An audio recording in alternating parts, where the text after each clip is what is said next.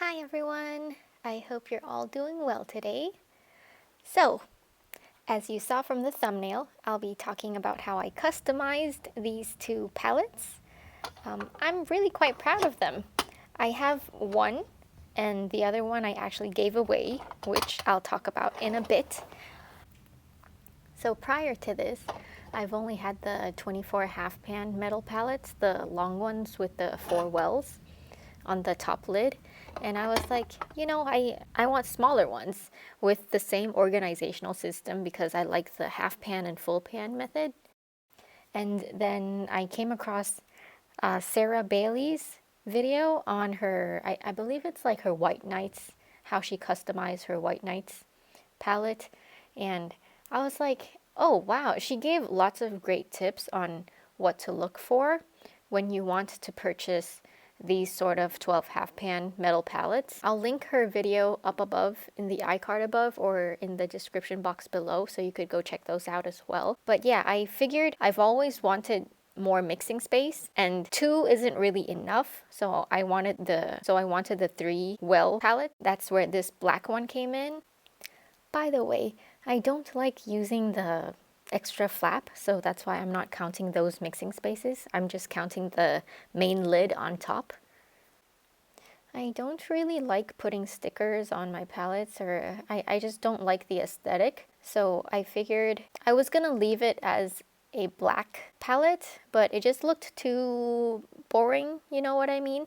So I was like, I want to customize it in a way where it would be a unique looking palette for Rembrandt watercolors, because I have a lot of Rembrandt that's affordable where I am. So as you saw earlier, I used masking tape to protect the area that I don't want spray paint to get on. And here I am showing you that I'm going to be using this Tamiya spray paint and then also a mask, just to be safe. I haven't used spray paint in such a long time, so I'm not exactly sure how to use it to create the effect I want. So I was just testing it out here. For this first one, it was mainly to test how well the spray paint stuck or dried onto the surface of the palette. It turned out just as I expected, so I just went ahead to spray paint the actual palette. I did the bottom first just to be sure, like if there would be bubbling or something. I wasn't sure if that was going to happen, so that's why I did the bottom side first. And with this one, I thought the color would be a nice light gold, but it turned out after I sprayed it on, it looked too much like silver. So I was just like, here I am trying to decide how much spray paint to put on and what effect I wanted. I didn't like the patchiness, so I was just like, I'll just spray the whole thing. It's a bit blotchy here and there, but I don't mind. It's the bottom of the palette. No one's gonna see it. I'm not gonna see it anyways. And here it is when it was completely dry. It didn't take a long time to dry, probably like 5 minutes or so. I'm just removing the masking tape here, and you know what? It gave a clean, straight edge. Maybe not as clean as some people would like, but for me, it's good. It's fine. Look at that. Beautiful.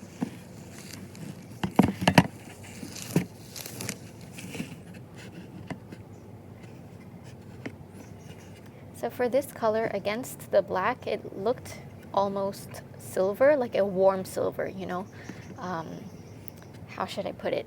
Like a yellow silver. It wasn't gold at all. So I changed to a different spray can. Supposedly it's a darker color. So I was like, okay, I'll just go for it.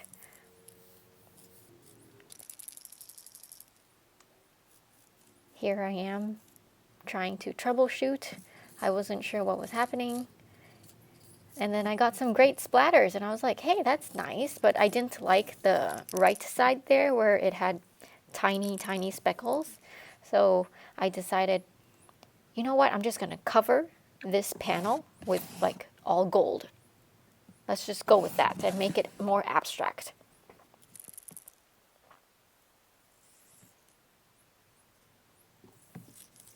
And it's definitely like much more splotchy here. Like see, I had some drips and drips of paint just drop onto the solid part there. I tried to fix it, but it didn't turn out too well. You could see some bubbling once after it dried, but you know, it's okay. Like, I quite like it. It just adds texture, you know. I basically just stopped here because, you know, I know nothing about varnish and all that.